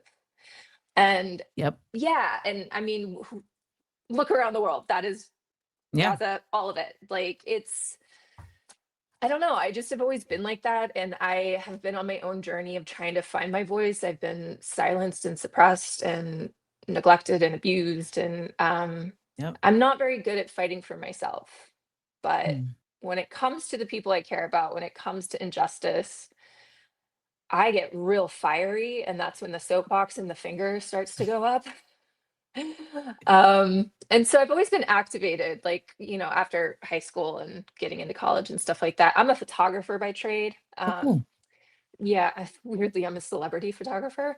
Um, Hilarious. yeah, Fascinating. yeah, I come from a totally different world, but anytime there's like a political action, a protest, like I'm there. I just think it's so important to capture history, like to be a witness and to tell the truth. Like that's all we have, right? Is truth. And so, I mean, I've chased the KKK across state lines. Like I've been to DC on inauguration day, like women's march. I've been beyond, like I've done the stuff. I just think it's really important. Actually, BLM's the only protest I didn't bring my camera to. Because I felt it was important to just be. And it's LA. There's so many photographers, and I'll be honest, I saw a lot of white photographers that I really wanted to hit. Really, yeah. I was like, this shit Why? is not a because they were making I have a problem with a lot of photographers. There's the kind of photographer that makes it about them, and then there's the photographer that's there to witness. Right. Yeah, and I saw a lot of jockeying of like getting in front of people of color with cameras, like for Mhm. their and you know it was for their Instagram or something. You know what I mean? And I'm like, just this is I can go on and on. Well, I saw a It video the other day of this woman. I think it was at the Euro. There was there's like a Euro. Come on, y'all. The European Union had like their annual meeting, and this woman was standing on at a podium with three other people. They were all on podiums on a stage talking, and she literally collapsed in the middle of them talking. She fell off the podium, and the photographer in the front row went. He switched cameras because he had a telephoto, and he switched cameras to one that could capture close up. And I was like, how is this possible? And there were people in the comments that were like, well, you know, he wasn't the one to help her. Then move out of the way. Yeah, you know, that's the thing is like, okay, so it's that. Like again, photographer moments. I will say when all of this stuff broke out, I do think it's a perfect storm. The last 5 years have been traumatic for everybody, Yes. right? And I do think this moment is every moment in American history leading up, and it's literally every movement is apexing right here. Yeah, I agree. Yeah, but June 8th, I went down and because I was like, okay, got to go be a witness, bring the camera. It's weird. Before I left my apartment, I was like, I usually always dress a certain way. Photographers typically do press, and I didn't. I was like, I just feel like this is going to be different. And if something goes sideways, I cannot be a neutral observer. There's no Mhm. way I can just stand by and photograph that, like at Got it. all. And so I didn't dress in all black and I didn't bring my press badge. And so I went just as a person. And I'll tell you, like, I don't know if you were down there that day, but I was stuck in Orlando, Florida in the middle of a I pandemic. am sorry. That is worse. That's where I was. Yeah. I gotta say, again, I come from a media background, work in the industry. We know how things work, right? We know how we know how shots are set up. Yep. As soon as I got down there, I went, oh no. And I started looking around, and everything was staged by the authorities. Like, I could not believe. And this is June 8th, 2020 in LA. Yes. Like, it was calculated. So we get there and we're at City Hall, and and all of that's fine. And we start to move, and they wanted to do like a loop around Little Tokyo and back, like just do like a solidarity march. LAPD blocked the street on Temple and made it so the only way, literally, you couldn't go back. The only way you could go was up Alameda towards the detention center, where all the shit had happened the day before, and people were not trying to go there. They made it like that was the only way you could go. And as soon as I saw that, I was like, oh no. So I like put my camera away. It's like, I don't know how to photograph this. You can't tell this in photos. And so I brought out my iPhone. But like, they didn't have the police line. Like, if you don't want people in front of the detention center, you'd have your police line basically at the front of the street, right? Like, don't come down here. Their police line was at the very end. It was past the detention center at Commercial Street. And so they cattled everybody on Alameda, bottlenecked it, trapped people, so then they couldn't get anywhere. And then they started screaming, this is an illegal assembly, move. And there's nowhere for people to go, and they just started beating the shit out of people. So like, this is y'all, just so you know, for those of y'all going out there to protest, this is what they do, and it is an actual practice, a methodology by the police to give them a reason to harm, even though there should be no reason. Well, what was interesting about this is, so this is day 3, right? And it was very obvious. Like, I saw the footage on TV the prior couple days, and I was like, oh no, look, I know what I'm watching. Like, if you've been to protests, yes, you know the difference. Yep. You know when something is actually real, or like if you zoom in on something, you're like, oh shit, people are literally doing this, right? But the news is not presenting it like that. They're saying like these violent, rioting people, and it's like, that's not what I'm seeing. And so that's why I went down. I was like, they're not telling the truth of what's happening, and I want people to see the truth of what's happening. And it was, as soon as we go up the street, I was like, oh shit, we are in the Hunger Games, because there were people, cameras everywhere, and it was staged. So they were trying to get the footage of the conflict, and they wanted a reaction. They wanted a violent reaction from the crowd so that they would have those images to play on TV. And so the police, like, they aggressively, as soon as like everyone was trapped, so you couldn't go back. Like, you could, but it's the delay of like however many hundreds of people are behind you. You know what I mean? Yeah. And I'm at the very, very front. I mean, if your job is to de-escalate, that's not what they were doing. They were legitimately trying to get people to react violently. So first it's words, it's like aggressive words and behavior, and then it's pushing from the police to the protesters. I never once saw a protester hurt police. They don't react. So then they start hitting them with batons. They still don't react. And then they start shooting.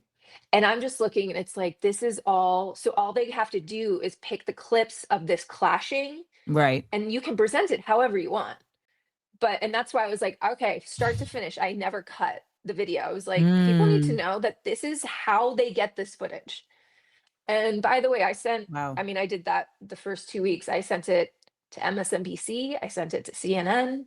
No one would run it, because it straight up shows that the police were beating unarmed protesters, like face down on the street, like 5 of them just beating the shit, like shooting them point blank. They won't run Why it. would they? You know, at this point, all of these mainstream centrist media spaces are bought and sold. You know, they're doing whatever they're told to do. And a lot of the folks on these networks will say, you know, I have no choice. I work for them. I have to do it. Yes. You have a choice, and you've made the choice to really put your life out there. And I just want to formally thank you because no one would have known about this California City thing outside of California by nature of the fact that we really live in such a time that is so hectic that I think that video is just the quickest way, you know, to kind of get things across people's desks, so to speak. So once you left there and now you are talking to, you know, press and sharing with them, can you give us kind of like what the current status of LA is? Because a lot of us are only seeing what's going on in LA from like little clips. You know, if you follow certain accounts like Flowers in Spanish and Breakthrough News, you know, they'll capture stuff, but really the narrative is co-opted. So where are we right now, in your opinion, in LA? It's dark. It's really dark. The city has no idea how much danger we are actually in. It's been really fascinating to watch this unfold as someone, again, with like an industry background, and like I'm paying attention to how information is being spread or how it's not being allowed to spread. Yeah. The algorithms, Instagram, especially localized. So we all know algorithms nationally, echo chambers. What's happening on a local level in LA is terrifying to me because, like, if you live here, you are not seeing what is actually happening in your city, like at all.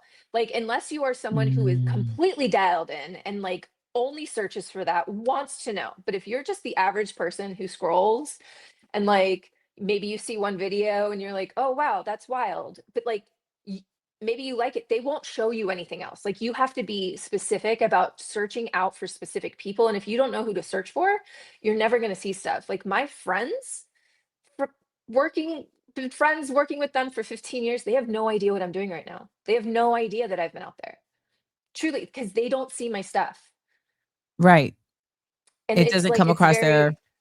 yeah. And so what I've noticed is ICE, their operation is very specific. So they are not going near white communities, like at all. They messed up the very first weekend and they hit Santa Monica. And I think they detained a few nannies, and white people freaked out because that hits close to home. That affects them, right? Yes. Like, white people don't care unless it directly impacts their life, because that's privilege, right? Like, you can like be a justice warrior from like your couch and your phone, but like, what the fuck gets you off your ass? Oh, I'm now inconvenienced. Yeah. So yeah, they haven't gone anywhere near white neighborhoods since. Like, they're specific. It is East LA, it is South LA, it is the Valley. Like, it is a different world. Like, where I live, it is war. People are living in war, and we look like we are living in war. So it is surreal. There's a If this whole is how city you out look there. in war, I can't even imagine Oh, what I brushed prom my hair is. for you. I brushed my hair for Because you. you're giving us a lot of face and teeth and hair. So just know that. Everyone here was like, did she just say she's not pretty? Because she's very pretty. Oh, that's nice. Thank you. Receive it, Catie. Okay. I'm the photographer. I like being behind the camera. All of this is very strange for me. Well, you're doing a great job. Thank you. I appreciate it. Yeah, it's just, I mean, it's wild. Like, the rapid response community level stuff. Like, there's like a whole tree of like a spider web of communities that are coming together to help. But like, the actual state of LA, by the time white people in this city wake up, it will be too late. And what I mean by that is we have no defense. So what I'm seeing on the street is you have ICE and DHS, and they are accountable to nobody. Truly, they can do anything they want to you. they could probably, they could, at some point, it will happen. They will shoot you in the middle of the street and they will not be held accountable. Right. Because they don't answer to anybody. The laws, rules, it does not matter. And they, by the way, they've been trying to do that. That was MacArthur Park was supposed to be Kent State. And like, don't tell me that the mayor's office didn't know. We all knew MacArthur Park was happening. Literally everyone on the ground knew. And we chose to stand down because we were like, this feels like a setup. Mm-hmm. But that's just it. The mayor, she will take every opportunity to get on TV and give like the speech of her life of how we defend LA and how she wants us to stand up. And it's, if I see one more speech, I can't. It's maddening. It, like, I dissociated. She just was at a thing the other day and none of us knew she was going to be there. And somebody even panned to look at all of us and our faces were like we were just stunned because it's repeated like time after time. If there is a camera, she will be there and she will put on a face and do the, do the thing. In practice, everything she is saying in public, in practice, it is the opposite. So saying, hey, we are not going to cooperate with ICE, lie. On the street, oh, we're not helping them. We're not like in any way. In practice on the street, LAPD and the Sheriff's Department are the bodyguards of ICE and DHS. Wow. They have not once protected a single citizen, resident, nobody. They show up to any situation and their backs are to ICE and their guns are pointed towards the people who are nonviolent. It's just people holding signs. It can be people Mexican Independence Day trying to celebrate. Like, it is intimidation. Dissent is not allowed anymore. Like, truly, it is not allowed. Unless you go, like, if you probably went to Brentwood, it would be fine. But yeah, like anywhere else, no. Like me and a few people went to the corner. We were like, let's take it to the white people during rush hour.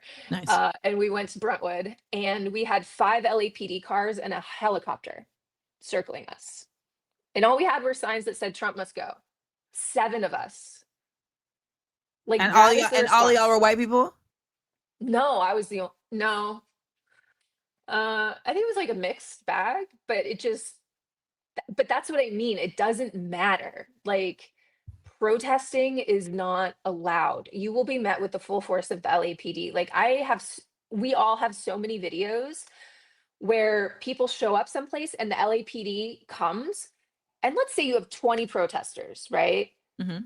How many officers do you think they meet with for 20 protesters? 50. More. Sometimes more. Yeah, in full riot gear. No, it's insane. And then if press shows up, well, I should make a distinction. There is the press that's actually like photographers trying to actually capture the stuff, and they are beaten and arrested. Got it. So there is no free press. They do get beaten and arrested. And so that keeps happening until they don't come back. And then any local media, whatever, I'm thinking of one time very specifically where, yeah, I think there was like 25 people and there was 60 LAPD in riot gear. There was something like 30 vehicles. This is where our taxpayer money is going to, by the way. Yeah, like absolutely. This shit. Yeah. And the camera, I think it was a CBS local affiliate. Their camera was pointed at the protesters. Directly behind the camera is like a crazy, you would think like a bomb went off with the amount of police. And we just asked, we were like, please turn the camera. Film us? Sure. Just please turn the camera. Show it all. They wouldn't. They would not show it. And that is our experience every single time. It is dark. If I'm just saying, like, whenever this plan that administration has in place, like, LA is vulnerable because we don't have LAPD. We don't have the sheriff's department. The mayor is not on our side. Maybe someone has a gun to her head. I don't know. But what I do know is no one is coming to help us. It is us. It is the person next to you. I mean, that really is the story of the time, that no one is coming to help us but us. Like, we are who we've been waiting for, as Alice Walker says. And later I'm going to play a video from Tad Hickley, who is the Irish comedian that's on the flotilla.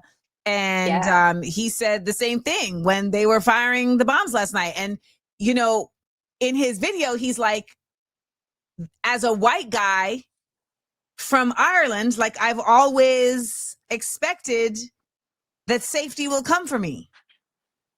And so he was like, this is the first time that I'm realizing, like, actually, no one's coming to save you.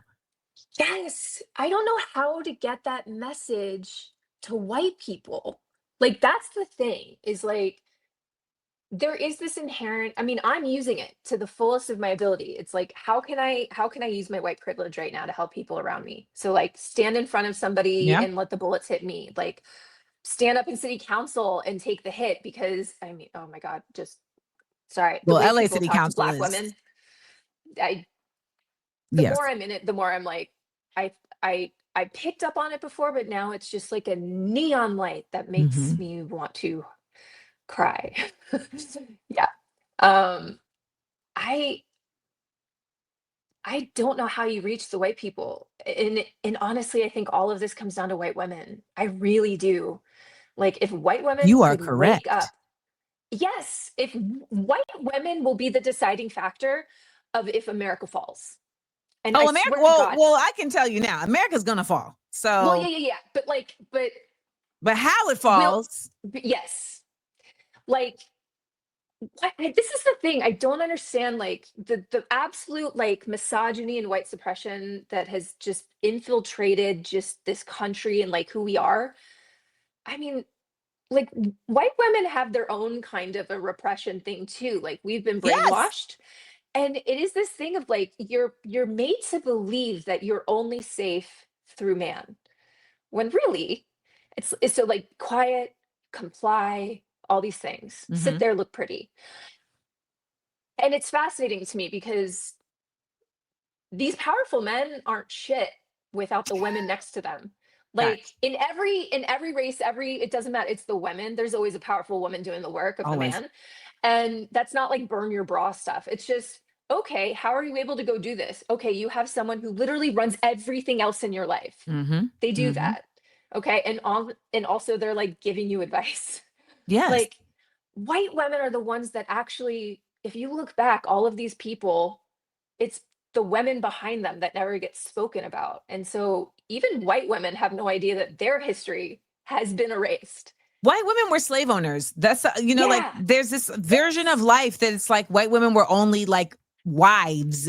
Even when a recent podcaster was unalived, it became like he has a wife. And it's like, yeah, she's been there at all the times where he was using the N-word and saying all type of deleterious stuff. And she's been right there like, yay, rah, rah, shish, boom, bah. And now has said, I'm going to carry on the legacy.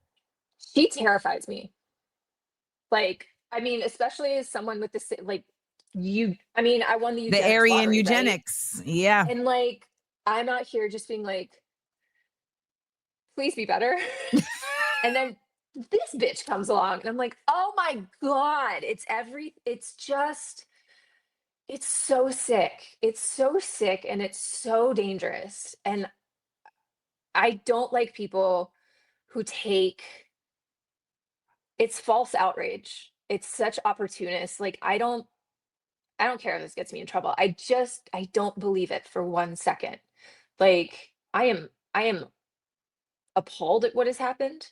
Like, free speech is the bedrock of this country. I'm appalled, but I don't see grief there.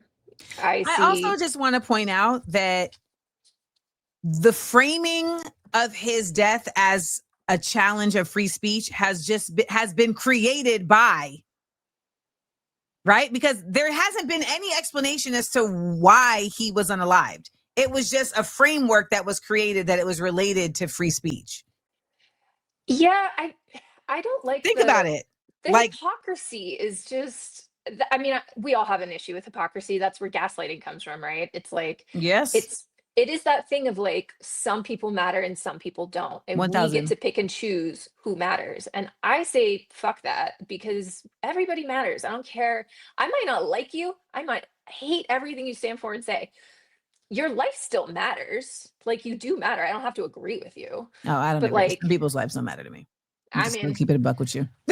Some people's lives, and you have like, everyone has the right to all of that, right? You know, right. I don't like the idea that there's one group of people that's in charge of deciding who matters. That. It's Yes. that. Like, I don't have the right to decide if you matter. Like, yeah. I think the reality, though, is we're in such a space and time that has been experienced by so many other nations that what we have to understand is that those other nations' experiences mattered. And it now matters to us, right? Yeah. And so many people just don't seem to want to move beyond the myopia of the United States. Like, I see a lot of people who would see the work that you do and say, like, well, what's the point? It's not like it's going to do anything. Not being able to reference, there's all these other places where these things have happened and they have been chipped away. And these movements of fascism have been chipped away by people doing work like you, by people doing work like me, by people doing work in the comments. Because if you do nothing, then it only continues to exacerbate, right? And that is the mission of them, is to make you feel like there is no one like you. There is no one that relates like you. Yeah. And I mean, I think it's fascinating, right? Because if everyone just took a beat, took a breath, took a step back, you'd realize, like, we're all mad at the same thing. Yeah. It's all of these, like, billionaire Reich dudes who are pulling every string and, like, turning everybody against each other.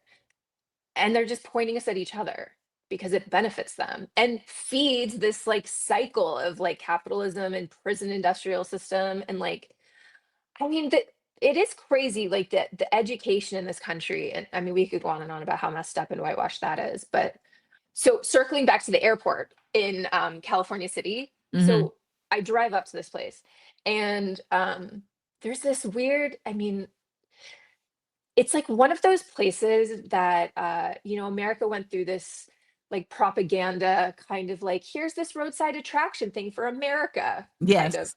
Yeah. It frozen in time shit.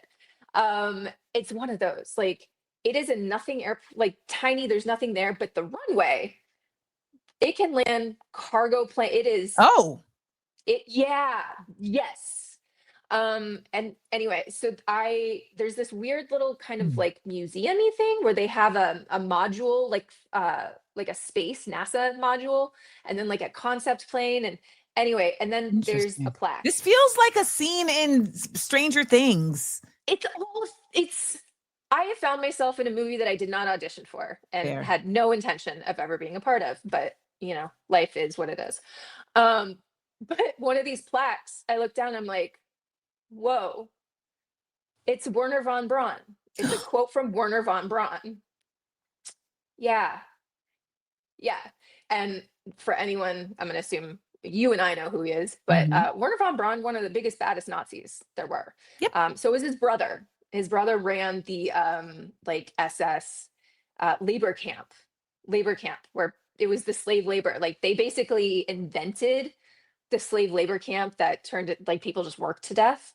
But Werner von Braun, we rewrite him as, like, the father of space and rocket science. Mm-hmm. But what he did was create the first long-range ballistic missile for the Nazis. And that was his specialty, was weapons. And, you know, there's Operation Paperclip, where America, basically, we took all of their scientists, their engineers, their doctors, like, all of the really evil shit that they were doing during the Holocaust, experimenting on people, all of that stuff. We were like, well, we don't want that research to go to waste. We want it for ourselves. America absorbed all of the Nazis and brought them into our corporations. So NASA, there's a really good book about this called Blowback by Christopher Simpson. But there's a couple books called Blowback. So when you Google, when you look for it, you have to put in Blowback and Nazi, but it's called Blowback, the first full account of America's recruitment of Nazis and its disastrous effect on the Cold War, our domestic and foreign policy, by Christopher Simpson. Yeah, I mean, it is, when you start pulling those threads, it's crazy. Like, so Werner von Braun basically created our space program, more or less, but then also space really means defense. Like, When you're developing Ooh. for aerospace, it's defense. These are guidance systems. Like they're one and the same to me. Actually, when you see the movie Elio, which is the new Pixar film, like that's made very clear because it has a bit of propaganda in it because it's, I mean, don't get me wrong. I actually love this movie. Don't judge me. I love it. Oh, I love Pixar. I'm not but, gonna judge you. Okay. But it takes place in what I believe to be San Diego on an Air Force, on a naval base where they are like the child's aunt, she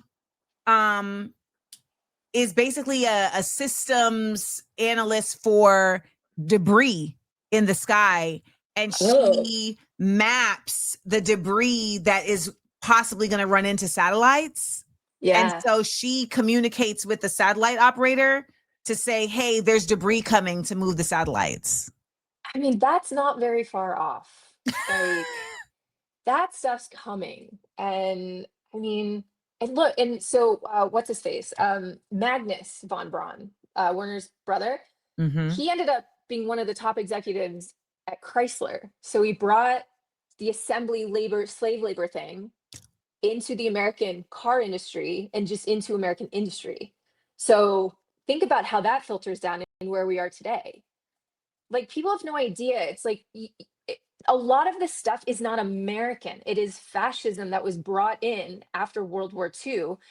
And it has just been festering in all of these corporate things. Well, ultimately, America was fascist, is fascist, and there has been no secret that Nazis utilized the apartheid system that was in place here as Jim Crow in how they actualized their suppression and subjugation of the Jewish people and the Romani people and the Black people and the gay people and the trans people, etc. However, there is a definite lie and fairy tale that the United States entered World War II because they felt bad for the Jews and because they wanted to be, they wanted to be allies, when really that's not what took place. And you know that by the fact that there was a Nazi rally that sold out Madison Square Garden during the war. I mean, but the fact that I don't know about you, but I never learned about any of that in school.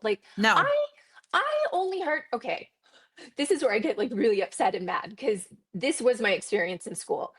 I love history. I'm a history nerd. I'm very curious. I could not stand American history. And in retrospect, now I know why. I could never quite pin it in real time. I would be I don't know. It's just a bunch of names, dates, and generals. I just found it uninteresting. But it was because I knew that I wasn't getting the full story. It just felt like I wasn't getting the information. The fact that I had to learn about the Tulsa race massacre from a podcast, which learned about it from a TV show. Watchmen. I was like, this is going to be attached to the Watchmen. Yes. And I learned about it on My Favorite Murder. And I was like, whoa, wait, what? And and let me blow your mind even more.